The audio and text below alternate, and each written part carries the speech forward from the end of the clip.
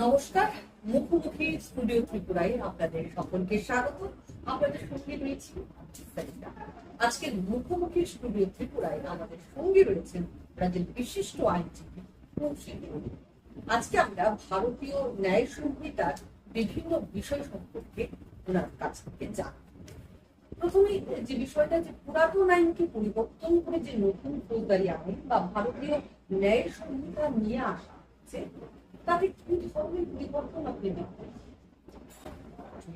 আমাদের যে পুরাতন আইনটা ছিল সেটা হচ্ছে আইপিসি, ইন্ডিয়ান পেনাল কোড। তো ইন্ডিয়ান পেনাল কোডটাকে আমরা চেঞ্জ করে এখন এনেছি ভারতীয় ন্যায় সংহিতা, বিএনএস বলে আমরা সংক্ষেপে। হ্যাঁ, এই আইপিসি এবং বিএনএস মানে দুটোই হচ্ছে একটা সাবস্টিটিউট মিন্স সেটা আমাদের কি অপরাধ, কোনটা অপরাধ এবং তার কি শাস্তি সেটাকে বিশ্লেষণ করে।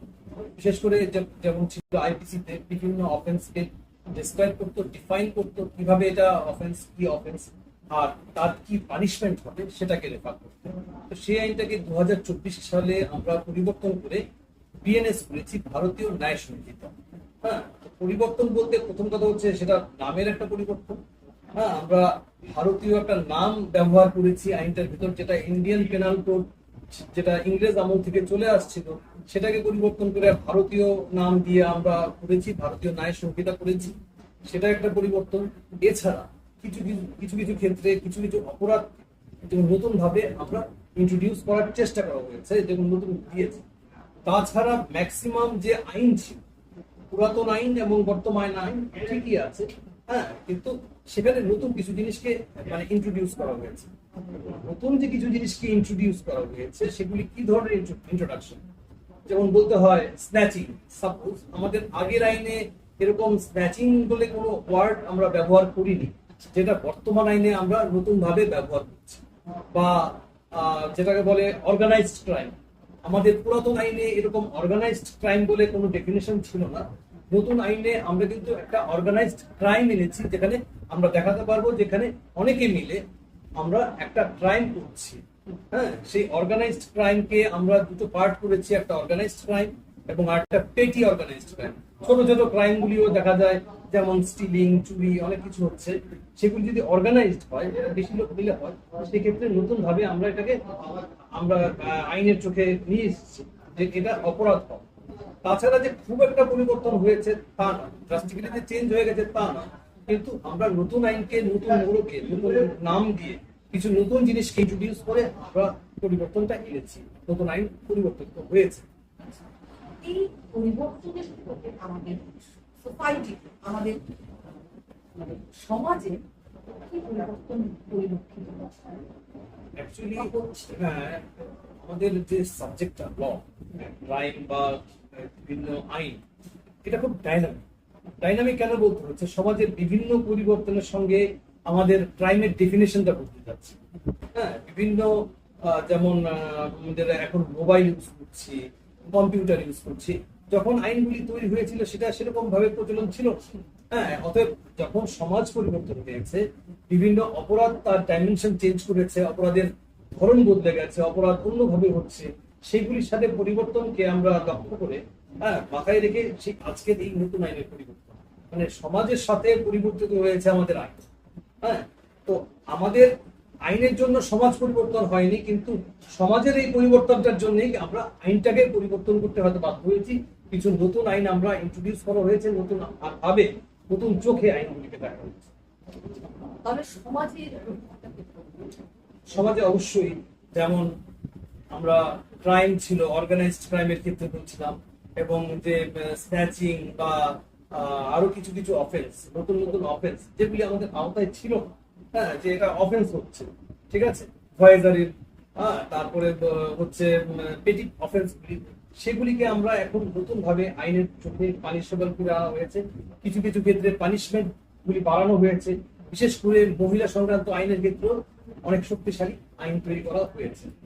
এবং আরেকটা জিনিস বলতে হয় এক্ষেত্রে, যে পানিশমেন্টের ক্ষেত্রে, এবার যে নতুন কিছু জিনিস আমরা ইন্ট্রোডিউস করেছি, সেটা হচ্ছে কমিউনিটি সার্ভিস। কমিউনিটি সার্ভিস কিন্তু আমাদের এখানে কোনো ছিল না, পানিশমেন্ট ছিল না। এখন কিন্তু কমিউনিটি সার্ভিস একটা পানিশমেন্টের আওতায় এসেছে। যেমন কাউকে আমাদের যে আইনের উদ্দেশ্যটা কি? আমাদের আইনের উদ্দেশ্য সবসময় শাস্তি দেওয়া না, মডিফিকেশন। ওর মডিফিকেশনের জন্য আমরা এই নতুন আইনে একটা কমিউনিটি সার্ভিসকে ইন্ট্রোডিউস করা হয়েছে। এই আইন পরিবর্তনের পর সাক্ষ্য গ্রহণের ক্ষেত্রে কি ধরনের পরিবর্তন এসেছে? সাক্ষ্য গ্রহণ যে আইনটা, যেটা আমাদের আগে ছিল এভিডেন্স অ্যাক্ট, এখানে আমরা নতুন ভাবে ভারতীয় সাক্ষ্য অধিনিয়ম করে আইনটা আমরা ইন্ট্রোডিউস করা হয়েছে ক্রিমিনাল অ্যাক্টের সঙ্গে। একই সঙ্গে সবগুলিকে আমরা এনেছি। সেক্ষেত্রেও দেখা যাবে যে আমাদের যে অডিও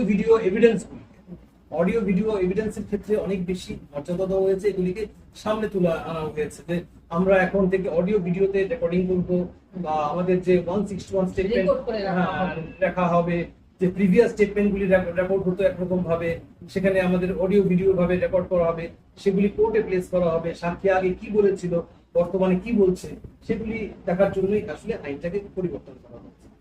তাহলে দেখা যাচ্ছে যে সাক্ষ্য গ্রহণের ক্ষেত্রে অনেক পরিবর্তন এসেছে।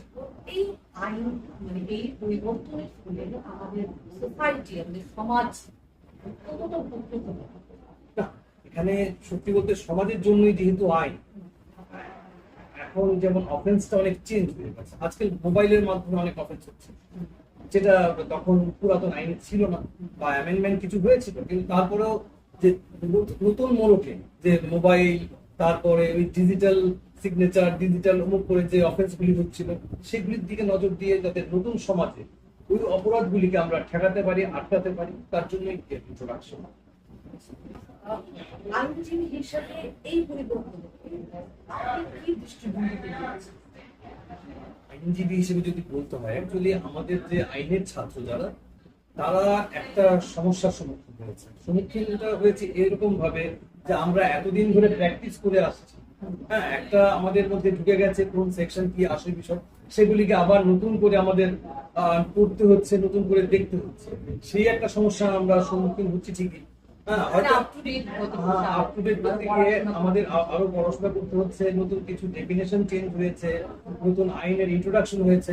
তো আইনজীবী হিসেবে কাজ করতে গিয়ে কিছুটা সমস্যার সম্মুখীন আমরা হচ্ছি, এই কারণে যে আগের যে আইনগুলি ছিল এগুলি দীর্ঘদিন প্র্যাকটিস করতে করতে আমাদের যেমন একদম মিশে গিয়েছিল রক্তের মধ্যে, সেটা থেকে আবার নতুন করে চেঞ্জ করে, আবার সেকশন গুলিকে বদলানো, আবার ইয়ে করা, সেক্ষেত্রে আমাদের আর একটু বেশি খাটতে হচ্ছে, পরিশ্রম করতে হচ্ছে, পড়াশোনা করতে হচ্ছে, সেগুলি দেখতে হচ্ছে।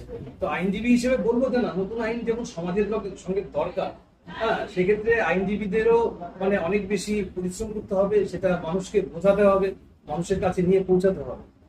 আচ্ছা, এই আইনের ব্যাপারে মানে আপনারা যতটুকু অবগত, সাধারণ মানুষ নিশ্চিতভাবে অবগত নয়, তাদেরকে সচেতন করা, তাদেরকে এডুকেট করা এই বিষয়ে, তো এই কি কি মানে এরকম স্টেপ কিছু এডুকেট করার নেওয়া হয়েছে? বেসিক্যালি আজকালের দিনে তো সেরকম স্টেপ আমি আমার চোখে পড়েনি, কিন্তু আইনজীবীদের ক্ষেত্রে বিভিন্ন ওয়ার্কশপ হয়েছে, ওদেরকে নতুন ভাবে বোঝানোর জন্য, আইনটাকে এক্সপ্লেন করার জন্য। এই যে ম্যাজিস্ট্রেট যারা আছেন বা যারা পুলিশ, বিশেষ করে যারা এটাকে দেখছেন, ওরা তো সবাই আইনজীবীদের তো সংগঠন রয়েছে। হ্যাঁ, আইনজীবী, হ্যাঁ, আমরা এখানে ওয়ার্কশপ করেছি, মানুষকে আইনজীবীদের নিয়ে ক্লাস হয়েছে এরকম ভাবে। কিন্তু পুলিশ বা অন্যান্য যারা এগুলি এক্সিকিউট করে, আইনগুলিকে যারা এক্সিকিউট করবে, তাদেরকে আরো আমার মনে হয় ক্লাস করা দরকার, আরো ওদেরকে বোঝানো দরকার। সাধারণ মানুষের আমাদের যেটা প্ল্যানিং করতে, এখানে যারা আইন প্রণেতা, যারা আইনটা বানিয়েছে, সেখানে যেমন আমাদের ম্যাজিস্ট্রেটদের জন্য বিভিন্ন ক্লাস হয়েছে, জাজদের জন্য বিভিন্ন ক্লাস হয়েছে, ওদেরকে আইনটাকে বোঝানো হয়েছে, এবং বিভিন্ন পুলিশ, বিভিন্ন অফিসার যারা এই আইনগুলিকে এক্সিকিউট করেন, এগুলি রাত দিনে কাজ করেন, ওদেরকেও ক্লাস করানো হয়েছে। আমরা আইনজীবীদেরও এই ব্যাপারে ক্লাস হয়েছে, কিন্তু সেটা সাধারণ মানুষের কতটা ক্লাস হয়েছে সে ব্যাপারে আমি বলতে পারবো। আমরা এখন যারা মক্কেল নিয়ে আমরা কাজ করি, বা আমাদের কাছে যারা ক্লায়েন্ট আছেন, ওদেরকে আমরা বোঝানোর চেষ্টা করি যে আইনটা এরকম হয়েছে, এই ক্ষেত্রে গেলে আপনি মামলা করতে পারবেন, এই ক্ষেত্রে রিলিফ পেতে পারেন। সেগুলি আমরা যখন ক্লায়েন্টদের সঙ্গে ডিসকাস করি, তখন ওদেরকে আমরা বোঝানোর চেষ্টা করি। এইভাবে হয়তো ছড়িয়ে পড়বে সাধারণ মানুষের ভেতরে অ্যাওয়ারনেসটা, যে এভাবে গেলে আমরা আইনের আশ্রয় পেতে পারি। এই আইনটা আসার মানে আগে যে মামলাগুলি হয়েছিল, হ্যাঁ, সেই মামলাগুলি এখন কি পরিচালিত? সেটা একটা মানে বিষয়, যে যে মামলাটা আগে ছিল সেই মামলাটা কিন্তু আমাদের পুরাতন আইনই ছিল। হ্যাঁ, নতুন আইন আসার পরে যে ধরনের অপরাধ হচ্ছে হয়েছে সেগুলি চলবে নতুন আইন, আর পুরোনো মামলাগুলি চলবে পুরোনো আইন। তো সেটা একটা একদিক দিয়ে আমাদের জুডিশিয়াল সার্ভিস যারা করছেন তাদের উপর একটা বার্ডেন হয়ে যায় যে এই মামলাগুলি চলবে পুরোনো আইনে, এই মামলাগুলি চলবে নতুন আইনে। তো সেকশন আমাদের একটু দুটোই দেখতে হয়। হ্যাঁ, আমরা ওই আইপিসি কেও ছাড়তে পারছি না, আবার আমাদের সিআরপিসি কেও রাখতে হচ্ছে, সঙ্গে আমাদের বিএনএস এর সবই রাখতে হচ্ছে, যতদিন না পর্যন্ত তার আগে নথিভুক্ত হওয়া মামলাগুলি শেষ হয়ে যাচ্ছে। ওইগুলি শেষ না হওয়া পর্যন্ত আমাদের দুটো নিয়ে কাজ করতে হচ্ছে একসঙ্গে। তাহলে একটা পিরিয়ড পর্যন্ত চলবে যতদিন না শেষ হয়ে যায়। সর্বশেষ যে প্রশ্ন, যে সামগ্রিকভাবে এই আইনটা যে কতটা সময় উপযোগী বলে আপনি? না, অ্যাকচুয়ালি আমাদের যখনই কোনো আইন আসে, হ্যাঁ, আমাদের তো আইনগুলি সময় সময় অ্যামেন্ডমেন্ট হতে থাকে, ঠিক আছে। এবার নতুন যারা আইনটা এনেছে তারা টোটালটা চেঞ্জ করে দিয়েছে, নামটা চেঞ্জ করেছে। অ্যাকচুয়ালি যা সেকশনগুলি ছিল সেগুলি ম্যাক্সিমাম নতুন আইনও আছে, কিন্তু তার যে ইয়েগুলি চেঞ্জ হয়ে গেছে সেকশন।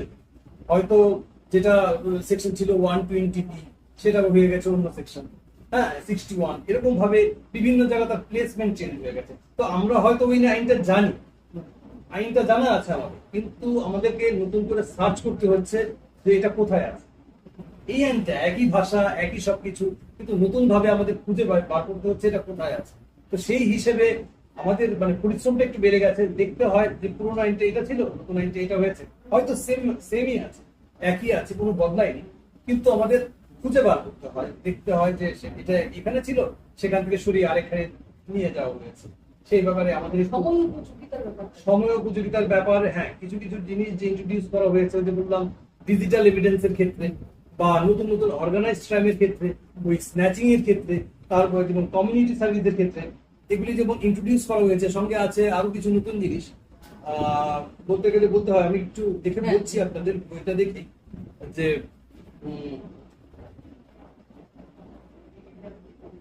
কিছু কিছু আইনের ক্ষেত্রে যেমন প্রিভিয়াস ইনজুরি, তার যে কিছু এক্সপ্লেন করা হয়েছে নতুন ভাবে, পানিশমেন্ট গুলি কিছু বদলে দেওয়া হয়েছে।